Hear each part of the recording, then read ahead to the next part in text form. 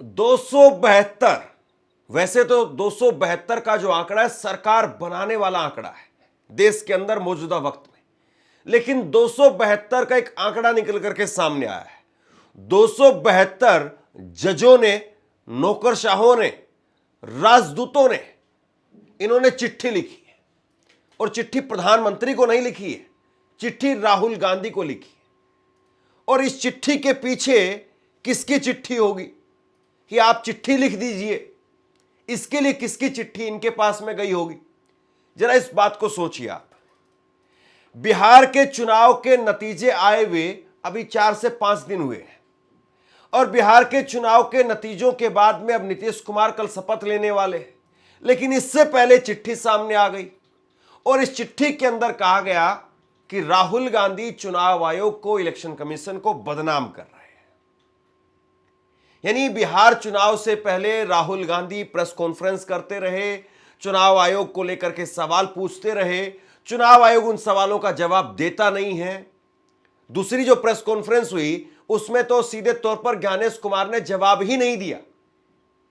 पहली press conference हुई थी राहुल गांधी की प्रेस कॉन्फ्रेंस के बाद में, तो उसमें चुनाव आयोग ने, ज्ञानेश कुमार ने कहा था कि या तो 3 सप्ताह के भीतर सबूत दे या माफी मांगे, यह बात कही थी। लेकिन उसके बाद में ना तो कोई राहुल गांधी पर कार्रवाई हुई, ना राहुल गांधी से कोई जवाब मांगा गया और ना राहुल गांधी ने इसके बाद में चुनाव आयोग को लेकर के कोई पर्टिकुलर जवाब उनके पास में भेजा। वो प्रेस कॉन्फ्रेंस खुल करके कहते रहे कि महाराष्ट्र में चोरी हुई है, हरियाणा में चोरी हुई है और बिहार में चोरी होने वाली है। और उसके बाद में चुनाव के नतीजे सामने आ गए और चुनाव के नतीजों के 4 दिन बाद में चिट्ठी सामने आ गई, वो भी 272। ये लिस्ट देख लीजिए आप, 3 पन्नों की ये लिस्ट मैं आपको दिखा रहा हूं और इसमें करीब करीब 173 लोगों के नाम हैं जिन्होंने राहुल गांधी को चिट्ठी लिखी है। अब इसी को लेकर के मैंने विस्तार से बात की है प्रोफेसर रविकांत से और समझने की कोशिश की कि कांग्रेस अब क्या करेगी, क्योंकि कल ही कांग्रेस की तरफ से कहा गया था कि हम दिसंबर में ही रामलीला मैदान भरेंगे, दिसंबर के पहले सप्ताह में ही रामलीला मैदान भर करके चुनाव आयोग को एसआईआर को लेकर के घेरने का काम करेंगे। एक जरा ये भी देख लीजिए आप, चुनाव आयोग इस वक्त में एसआईआर करवा रहा है और एसआईआर के नाम पर कैसे लोग अपनी जान दे रहे हैं, बीएलओ अपनी जान दे रहे हैं। अलग अलग स्टेट्स में बीएलओ अपनी जान देने के लिए मजबूर है। पश्चिम बंगाल के अंदर ड्यूटी में लगी महिला ने दम तोड़ दिया, वहां पर बीएलओ ने खुदकुशी कर ली। ऐसे ही मध्य प्रदेश की खबर है, यहां पर भी दतिया के अंदर बीएलओ उन्होंने खुदकुशी कर ली। केरल में भी ऐसी खबर सामने आई। पश्चिम बंगाल के अंदर भी ऐसे ही बीएलओ वो अपनी जान देने के लिए मजबूर है। राजस्थान के अंदर भी वो बीएलओ ट्रेन के आगे कूद गया, ये एनडीटीवी की खबर है। एक एनडीटीवी की एक और खबर देख लीजिए, बिहार में भी एसआईआर के अंदर बीएलओ वो अपनी जान दे देता है। तो ये हो क्या रहा है मतलब, और इसको लेकर के सवाल पूछे जा रहे हैं तो फिर राहुल गांधी से उल्टा सवाल हो रहा है। राहुल गांधी पर चिट्ठी दागी जा रही है। राहुल गांधी को कहा जा रहा है कि आप चुनाव आयोग को बदनाम क्यों कर रहे हैं। मुझे लगता है कि कोई भी न्यूट्रल आदमी जो कांग्रेस का नहीं है, भाजपा का नहीं है, जो भारतीय है और जिसको चिंता इस बात की कम से कम होनी चाहिए कि मैं वोट डाल रहा हूं, जिस चीज के लिए, जिस काम के लिए जिसको वोट डाल रहा हूं, क्या वो काम हो पा रहा है या नहीं हो पा रहा है, या वोट मेरा वहीं जा रहा है या नहीं जा रहा है। मुझे लगता है कि किसी भी न्यूट्रल भारतीय की कम से कम यह मंशा तो जरूर होगी, उसके मन में इतना सवाल तो जरूर होगा कि उसका वोट कहां जा रहा है।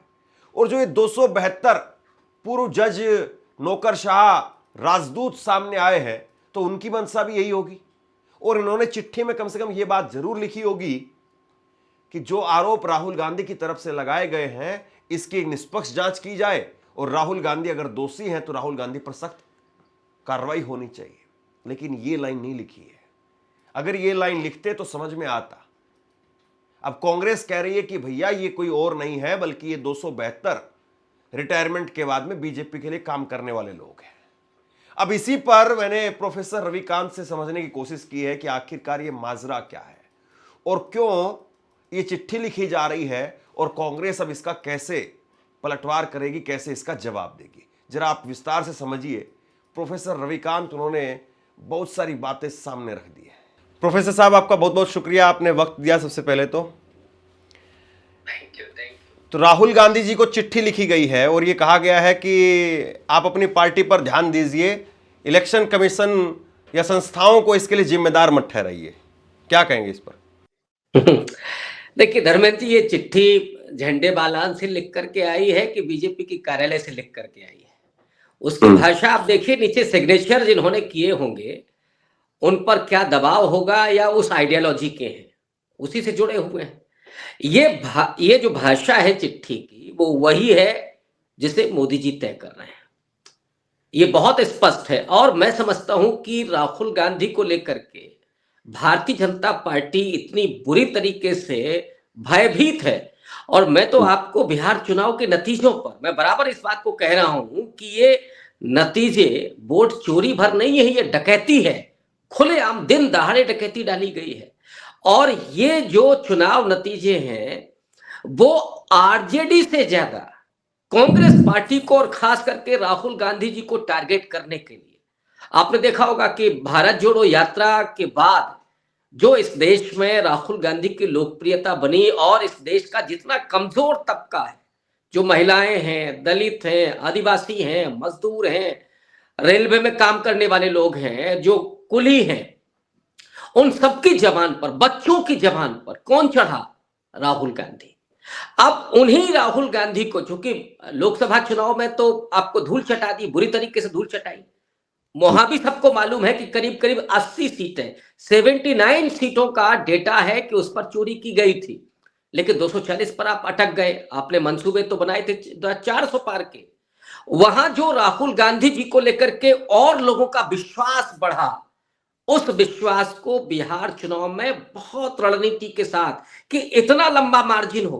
कुछ लोगों ने हमसे ये भी कहा कि भाई बीजेपी तो ये भी कर सकती थी कि 140 से 150 पर रुक जाती, तो लोग हो सकता है कि उतना सवाल नहीं खड़े करते कि साहब मिसमैनेजमेंट होगा विपक्ष का, या बीजेपी ने देखिए इतनी मेहनत की है तो 140 से 150 तो आ ही सकते थे।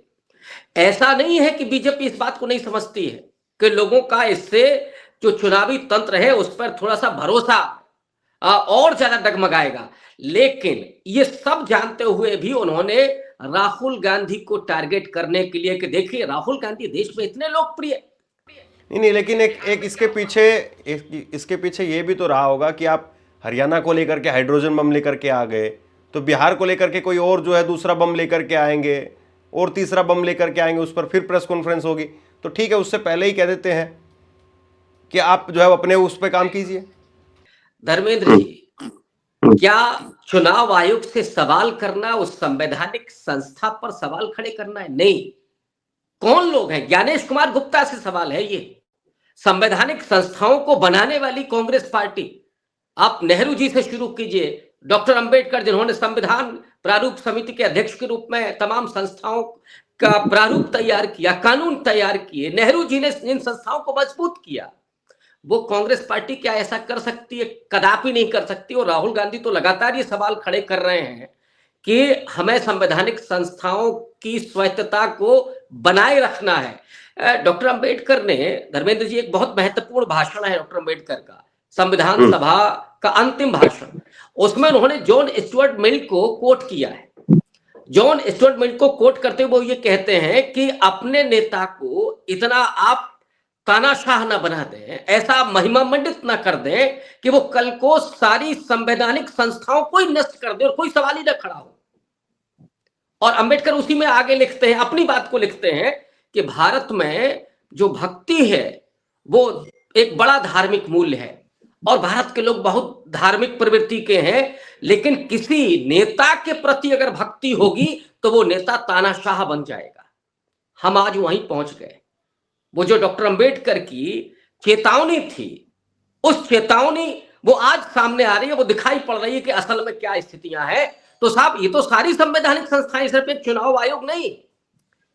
आरबीआई का क्या हाल है आपने सुना है कि कौन गवर्नर है? कितने दिन से आपने जरा जो योजना आयोग, जिसको नीति आयोग कहा गया, उसमें क्या प्लानिंग हो रही है साहब? धर्मेंद्र जी, मुझे एक संवैधानिक संस्था बता दीजिए जो आपको लगे कि स्वायत्त है और जिसमें कोई काम हो रहा है, जिसमें नीतियां सारी तय हो रही हैं पीएमओ से। अरे वो नीतियां तो छोड़ दीजिए, गोदी मीडिया में शाम को क्या डिबेट होगी ये तय होता है पीएमओ से। तब आप समझ सकते हैं कि क्या इस देश के हालात होंगे। अब तो इस देश के नागरिकों को तय करना है, क्योंकि सवाल तो नागरिकों पर है। आप ठीक कह रहे हैं प्रोफेसर साहब, ठीक कह रहे हैं आप कि चाहे आरबीआई के गवर्नर का मामला हो, चाहे नीति आयोग के अध्यक्ष का मामला हो, कब कौन आता है कब कौन जाता है पता नहीं चलता है। लेकिन कहीं ना कहीं एक सवाल ये भी है कि राहुल गांधी जी ने बिहार चुनाव में, पहले चरण के चुनाव से पहले जो हाइड्रोजन बम फोड़ा, तो उसमें यही कहा था कि महाराष्ट्र, हरियाणा और अब बिहार में, तो कुल मिलाकर के कहीं ना कहीं आशंका तो आप लोग पहले भी जता रहे थे। तो क्या पूरे मन से चुनाव नहीं लड़ा? ये भी एक जो है चुनाव के नतीजों में आपको दिखा कि आपका जो कैडर था या आपका जो कार्यकर्ता है वो थोड़ा निराश हो गया उसको लेकर के कि भैया चोरी तो हो ही रही है, अब क्या रोके इसको? नहीं धर्मेंद्र जी, देखिए, हम इस बात को स्वीकार करते हैं कि हमारा संगठन बीजेपी के संगठन जो पूरा डायनासोर है, उसके सामने हम बहुत कमजोर हैं। हमारे पास कोई अंबानी अडानी भी नहीं है और हम वो है भी नहीं। तो यहाँ तो सब हजारों करोड़ रुपया इन्वेस्ट हो रहा था चुनाव में। ये इन्वेस्ट करते हैं साहब चुनाव में। चुनाव इनके लिए व्यापार है, राजनीति इनके लिए व्यापार है। मोदी जी तो कहते हैं कि हमारे खून में व्यापार है, लेकिन हमारे लिए व्यापार नहीं है। हमारे लिए राजनीति का मतलब है नीतियां, और यहां तो सिर्फ राज रह गया है, नीतियां तो गायब हो गई हैं। लोगों के लिए नीतियां बने। मनरेगा जैसी बड़ी नीति जो आज भी चल रही है, कोसते तो वो भी थे, आधार को कोसते थे, वो भी आज चल रहा है। खैर, तो यहां पे क्या हुआ कि संगठन में हम कमजोर है मान लेते, लेकिन बीजेपी के सामने हमारा संगठन काम कर रहा था, हमारे लोग काम कर, आरजेडी बहुत मजबूती से जमीन पर भी लड़ रहा था। लेकिन हम पहले से आशंकित थे, इसमें कोई दो राय नहीं है। एसआईआर के मुद्दे पर राहुल जी पूरी यात्रा करते हैं। जब 65 लाख वोट काटे गए हैं, उसके बावजूद कितना चुनाव आयोग ने सुना, ये मैं इस देश से जानना चाहता हूं। क्या राहुल गांधी के सवालों का जवाब चुनाव आयोग ने दिया? वही चुनाव आयोग पहले कहता है कि नहीं साहब, हम क्या बहन बेटियों का वो जो फोटो दे दें, आपको वीडियो दे दें। बाद में बिहार में क्या कहते हैं कि जो जीविका दीदियां हैं वो क्या करेंगी कि सबका घूंघट उठा करके चेक करेंगी। और 1,80,00,000 जीविका दीदियों को जो पैसा दिया गया, और वो पैसा किसी के पॉकेट से नहीं आया, वो ठीक है, उनको मिलना चाहिए, उनका अधिकार है। लेकिन उनको उनकी ड्यूटी क्या लगाई गई? ये वोटर कार्ड चेक करने के नाम पर ड्यूटी लगाई गई थी कि उनको क्या बताना है कि कहां वोट करना है। ये क्या हो रहा था? ये भी एक डकैती का हिस्सा है ना। वो हम सिर्फ ये नहीं कह रहे कि वोट फर्जी वोट पड़े, वोट काटे गए, फर्जी वोट डाले गए, इस तरह से लोगों को भ्रमित किया गया, दबाव डाले गए, ये सारे खेल हुआ। आशंका हमारी पहले से थी, लेकिन हमारा कंसर्न लोकतंत्र और संविधान बचाने का है, और इसके लिए हम लोगों तक जाएंगे। ये लड़ाई सिर्फ राहुल गांधी की नहीं है, ये लड़ाई सिर्फ कांग्रेस पार्टी की नहीं है, ये लड़ाई सिर्फ सत्ता की नहीं है, ये लड़ाई तो संविधान की है, लोकतंत्र की है, नागरिक अधिकार की है, वोटर के अधिकार की है। तो सिर्फ हमारी नहीं है, सारे नागरिकों की है। और राहुल गांधी जी ने वही किया, वोटर अधिकार यात्रा निकाल के सबको उस लड़ाई में शामिल किया। और आचार संहिताएं कैसे ध्वस्त हो रही थी आपने देखा होगा धर्मेंद्र जी। आचार संहिता ये कहती है कि साहब, आप किसी वोटर को उसके घर से बूथ तक नहीं ला सकते, मतलब पार्टी का व्यक्ति नहीं ले सकते, उसका परिवार का अलग। यहां तो ट्रेनें भर भर के आ रही थी, आप विज्ञापन नहीं दे सकते, सब अखबार में विज्ञापन हो रहे थे। मोदी जी क्या कर रहे थे? मोदी जी की भाषा क्या थी?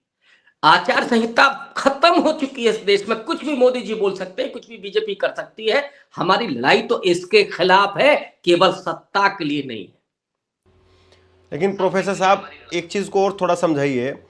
बिहार चुनाव के नतीजे आते हैं, उसके बाद में कांग्रेस पार्टी में बैठक होती है, फिर उसके बाद में, उस बैठक के बाद में मुझे याद है केसी वेणुगोपाल जी और अजय माकन, वो दोनों सामने आकर के कहते हैं कि हमने बात की है और हम तथ्यात्मक तौर पर 2-3 हफ्तों के बीच में लेकर सबूत लेकर के आएंगे। कल फिर बैठक हुई, एसआईआर को लेकर के बैठक हुई, और ये एसआईआर और बिहार दोनों एक ही चीज़ है, आप मान करके चलिए, हम भी मान रहे हैं इस बात को। फिर कहा गया कि 12 राज्यों की आज अध्यक्ष और ये सब नेता आए थे, और दिसंबर में पहले सप्ताह में रैली होगी। तो यानी आप भी तो उनकी तरफ बढ़ ही रहे हैं कि बिहार चुनाव के नतीजों के बाद में भी एक हफ्ते भर में जो है वो आपने एक और बड़ी रैली का ऐलान कर दिया, तो कहीं ना कहीं उधर से भी तो जवाब आएगा ही, उधर से भी तो राहुल गांधी को, कांग्रेस पार्टी को रोकने की कहीं ना कहीं उनकी भी तैयारी होगी। देखिए तो एक बार अब फिर से मामला ठंडा पड़ेगा कुछ।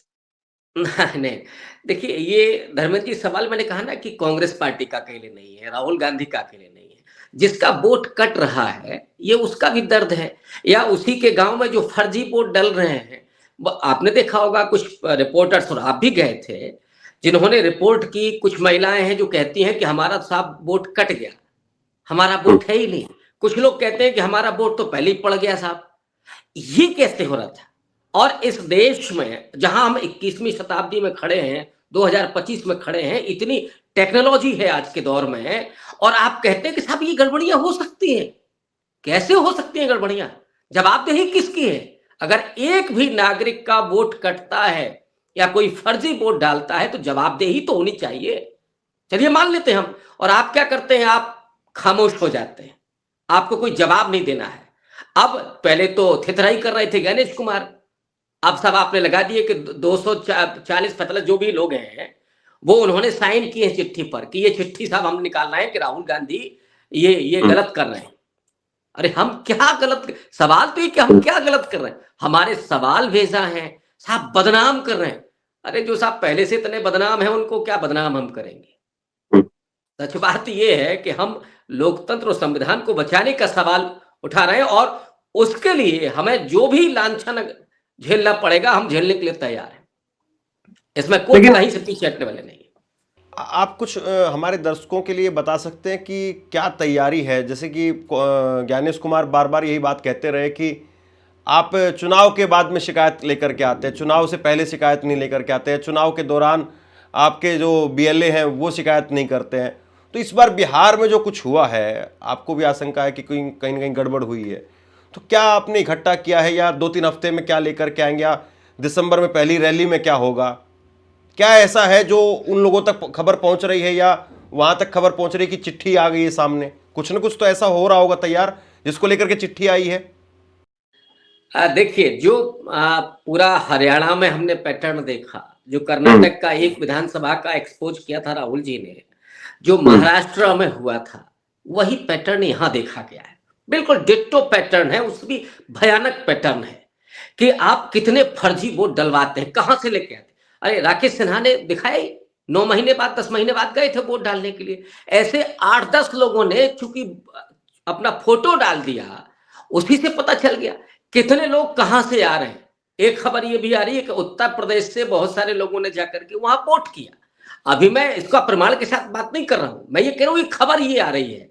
हम जब रैली करेंगे तो ये सारे तथ्य हमारे सामने होंगे। कहां कौन व्यक्ति दिवंगत हो चुका है, उसकी जगह किसकी फोटो लगी है, और किसने फर्जी वोट डाला है, ये सारी चीजें सामने आएंगी। जो वोट कट रहे हैं वो तो सबको मालूम है कि कितने लोगों के वोट आपने काटे हैं। मुझे लगता है कि ये तो बहुत आसानी से हम दे सकते हैं, लेकिन जो फर्जी वोट पड़ रहे हैं उनको पूरी तैयारी के साथ हम देश के सामने रखेंगे कि साहब एक विधानसभा में आपने 10,000 की, 5,000 की, 8,000 की, 12,000 वोट फर्जी वहां डलवाए, और लोग वो कहां से आए थे? ये जो गुजरात से 10-10 पर्यवेक्षक आए थे वो क्या कर रहे थे? प्रशासनिक अधिकारियों पर क्या दबाव थे, कैसे दबाव थे? ये सारा काला चिट्ठा हम देश के सामने रखने जा रहे हैं। अब उसको आप बचाने के लिए एक चिट्ठी लेकर के आए, और हमें यह भी मालूम है कि वो चिट्ठी आज पूरे गोदी मीडिया का इशू बनी होगी, सब जगह उस पर प्राइम टाइम डिबेट होगी, और वो लगेगा कि देखिए साहब राहुल गांधी ने तो सवाल उठा दिया है और बदनाम कर रहे हैं चुनाव आयोग को। चुनाव आयोग को, नरेंद्र मोदी को बच्चा कह रहा है कि ये वोट चोर है। अब मैं वही कह रहा हूं कि आप इतने पहले से बदनाम है, आपको हम क्या बदनाम करेंगे? आपको तो पूरा देश जान रहा है, दुनिया जान रही है। आज बड़े बड़े जो लोकतांत्रिक देश हैं वो भारत के खतरे को देख रहे हैं। आपका डेमोक्रेसी इंडेक्स में आप कहां पहुंच गए?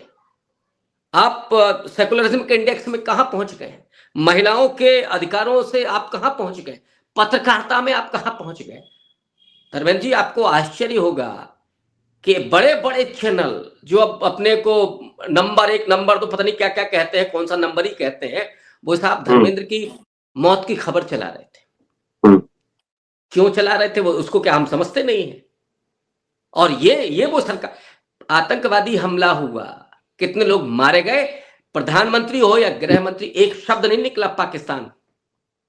लेकिन एक चीज मैं आपसे समझना चाहूंगा, ये आप तो सालों से लगातार देखते रहे चुनाव की प्रक्रिया को।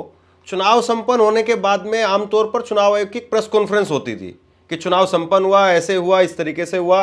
और इस बार तो चुनाव जब हो रहे थे, यानी चल ही रहे थे चुनाव, 30 तारीख को प्रेस कॉन्फ्रेंस होती है और उस प्रेस कॉन्फ्रेंस में कहा जाता है कि हम 12 राज्यों के अंदर SIR करवाएंगे।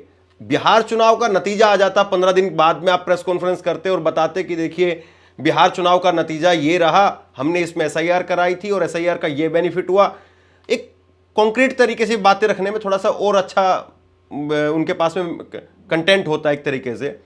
लेकिन प्रेस कॉन्फ्रेंस नहीं हुई, अब आचार संहिता भी वहां पे टूट गई है, कल नीतीश कुमार शपथ भी ले लेंगे। अब पत्रकारों को बताया ही नहीं जा रहा, ज्ञानेश कुमार सामने नहीं आ रहे, और बड़ा एक उन्होंने शानदार तरीके से काम किया कि 5-5 के गुच्छे में सवाल पूछते हैं। वो 5 का गुच्छा जो है उसमें पता ही नहीं चलता है कि उसमें केला कहाँ चला गया, अनार कहाँ चला गया, सब मिक्स है। और उन सवालों का किसी के जवाब नहीं होता है। लोगों ने पूछा कि SIR में कितने घुसपैठिए मिले, गृह मंत्री कह रहे हैं। मतलब अगर कोई टुचपुलिया नेता कहता है इस बात को तो समझा जा सकता था, गृह मंत्री को तो तथ्यों के साथ आना चाहिए कि कितने घुसपैठिए हैं, घुसपैठिए गायब हो गए। ज्ञानेश कुमार जी का तो पहला चुनाव था ना, वो प्रेस कॉन्फ्रेंस करके बताते कि हमने चुनाव करवाए और SIR के बाद में चुनाव हुआ। बिल्कुल बिल्कुल बताना चाहिए था, लेकिन उन्हें वो समझ रहे थे कि इसके बाद पत्रकार सवाल पूछेंगे। साहब इतना हम जमीन पे थे तो ये लहर नहीं थी, ये कैसे आ गया, और इतनी देर तक वो कैसे चलता रहा, शाम को आप इतना लेट कैसे हो रहा है, EVM में तो और फास्ट होना चाहिए। अब आप बताइए कि रात को 8 बजे 9 बजे रिजल्ट आ रहा है और आपने 4 बजे तक बता दिया कि साहब बीजेपी इतना आगे जा चुकी है, यहां घोषित हो गया है, बधाई भी दी जा चुकी है, और नतीजा कब आ रहा है? 7 बजे 8 बजे। धर्मेंद्र जी, इसको भी जरा गौर कीजिएगा, आप जमीन पर रहने वाले पत्रकार हैं, बहुत बौद्धिक पत्रकार हैं, क्यों ऐसा हो रहा है कि साहब इतना स्लो काउंटिंग हो रही है? और काउंटिंग में भी मैं आपको बता दूं कि मैं क्या उस पर सोच रहा था, जहां पर विपक्ष का जो वोट है, इस बार जो EVM खुली है तो जहां बीजेपी का वोट ज्यादा है वहां से EVM खुलना शुरू हुई, ताकि पहले ही दिखा दिया जाए कि नहीं देखिए साहब यहां तो समर्थन मिल गया और बहुत बड़ी जीत हो गई। और जहां विपक्ष का वोट ज्यादा था EVM, ये तो सब पता रहता है अधिकारियों को कि कौन माइनॉरिटी बाहुल क्षेत्र है, कौन यादव बाहुल क्षेत्र है, कौन दलित बाहुल क्षेत्र है, कहां अति पिछड़ा बाहुल क्षेत्र है, उनका आप बाद में खोलिए। तब तक यहां मोरल टूट गया लोगों का, लोग वहां से निकल गए। फिर आप अगर जहां 2-4-10 हजार वोट का फासला है आप खेल कर जाइए। ये उत्तर प्रदेश में हुआ था, लोकसभा चुनाव में भी हुआ था, विधानसभा चुनाव में भी हुआ था। ये जो खेल है, इस खेल को समझ तो सब रहे हैं, लेकिन समस्या ये है कि अब राहुल गांधी जी 3 बार आए वो बात करने के लिए। पहले अगर हम ये बात कहते तो साहब कहते आप तो खामखा आरोप लगा रहे हैं, आपकी बातों में कोई दम नहीं है, फैक्ट नहीं है, साक्ष्य नहीं है। हमने 3 बार साक्ष्य पेश किए कि ब्राजीलियन मॉडल का फोटो लगा है और साहब ऐसे वोटर, 0 मकान नंबर है, 500 लोग रह रहे हैं। अब इसके बाद और क्या चाहिए, मुझे ये नहीं समझ में आ रहा। अगर हम ये कह रहे हैं कि एक 0 नंबर पर 60 लोग रह रहे हैं, कुछ पत्रकारों ने जाकर के बड़ी मेहनत करके पड़ताल भी की कि वहां कोई नहीं है, एक परिवार केवल 2 आदमी रह रहे हैं, ये लोग कौन है किसी को नहीं पता है। उसके बाद चुनाव आयोग को क्या चाहिए? ये देश अंधा नहीं, आंखों पर पट्टी नहीं बंधी है, ये नहीं हो सकता, आप मुंह नहीं बंद कर सकते। मैं कल देख रहा था, वो कांग्रेस पार्टी के हैंडल से कुछ ट्वीट्स किए गए, 100 का खेल, 122 का खेल, कि 122 और 408, 491 आगे नंबर फिक्स है, 100 में भी फिक्स है। चलिए सारी बातें तो हुई, अब ये बताइए 272 की चिट्ठी आ गई है, तो इसके बाद में अब क्या होने जा रहा है? कहीं पे मामला डाइवर्ट होगा या इसका काउंटर होगा? अब क्या होने जा रहा है? देखिए, मुझे लगता है कि आज भर की खबर है ये, आज प्राइम टाइम में आपको मिलेगा, कल थोड़ी चर्चा होगी, परसों लोग भूल जाएंगे। इसलिए भूल जाएंगे कि उन्हें मालूम है कि असल में क्या हो रहा है। हाँ, मेरी जो चुनौती है, हमारी पार्टी की जो चुनौती है, और मैं आपके माध्यम से अपने पार्टी और विपक्ष के जितने भी पार्टियां हैं उनको भी ये मैसेज देना चाहता हूं कि जो SIR, जैसे मैं उत्तर प्रदेश में बैठा हूं, हमारे पास BLO नहीं आया या हमारे पास कोई खबर नहीं है। अब हमें इसमें मुस्तैद रहना पड़ेगा कि जो तमाम लोग हैं, नागरिक हैं, वो एसआईआर के अंतर्गत आए, उनका वोट बने, ये जिम्मेदारी हमारी है। ये मुझे कमी लग रही है और मैं इसकी आलोचना करना चाहता हूं। बिल्कुल हमें आत्म आलोचना करने की जरूरत है कि हमें इस पर सतर्क रहना होगा, क्योंकि हमारे पास कोई विकल्प नहीं। ये तो इसीलिए कर रहे हैं कि ताकि आप कहीं कमजोर पड़ जाएं, आप मेहनत ना करें और हम बहुत सारे वोट काट दें। इसमें हमें मेहनत करनी पड़ेगी, पूरी कांग्रेस पार्टी को, समाजवादी पार्टी को, तमाम विपक्ष की पार्टियों को, और इसके लिए हमें आत्म आलोचना और चिंतन करने की जरूरत है, संगठन को मजबूत करने की जरूरत है। बिना इसके मुझे लगता है कि हमारा चुनाव लड़ना बिल्कुल बेईमानी हो जाएगा। हम सवाल तो उठा रहे हैं, हमें मालूम है कि सामने वाला बेईमान है, ऐसे में हम करें क्या? तो एक जो हम काम कर सकते हैं उसमें बहुत मजबूती के साथ, गंभीरता के साथ हमें काम करना चाहिए। बहुत बहुत शुक्रिया प्रोफेसर साहब, आप आए और आपने अपनी बात रखी, आपने अपनी कमियों को भी गिनवाया और आगे की तैयारियां उस पर भी जो है अपनी बात रखी। बहुत बहुत शुक्रिया आपका, धन्यवाद। आपसे कुछ कहना चाहता हूं। आज के वक्त में पत्रकारिता करना कितना मुश्किल काम है, लेकिन अगर ऐसे में भी कोई आपकी खबर दिखा रहा है, कोई आपके मुद्दे पर बात कर रहा है, तो आपको भी उसका साथ देना चाहिए। अगर आपको लगता है कि मेरी पत्रकारिता सही है, मैं आपके लिए आपकी खबर वो दिखा रहा हूं, तो ऐसे में आप मेरा सहयोग कीजिए। आप इस वीडियो को जब लाइक करेंगे तो लाइक के साथ में ही एक थैंक्स का बटन आपको दिखाई देगा। उस थैंक्स के बटन पर आप क्लिक कीजिए और जो भी सहयोग राशि दे सकते हैं वो दीजिए। दूसरा, आप चैनल को ज्वाइन कर सकते हैं और चैनल को ज्वाइन करके भी मुझे मदद कर सकते हैं।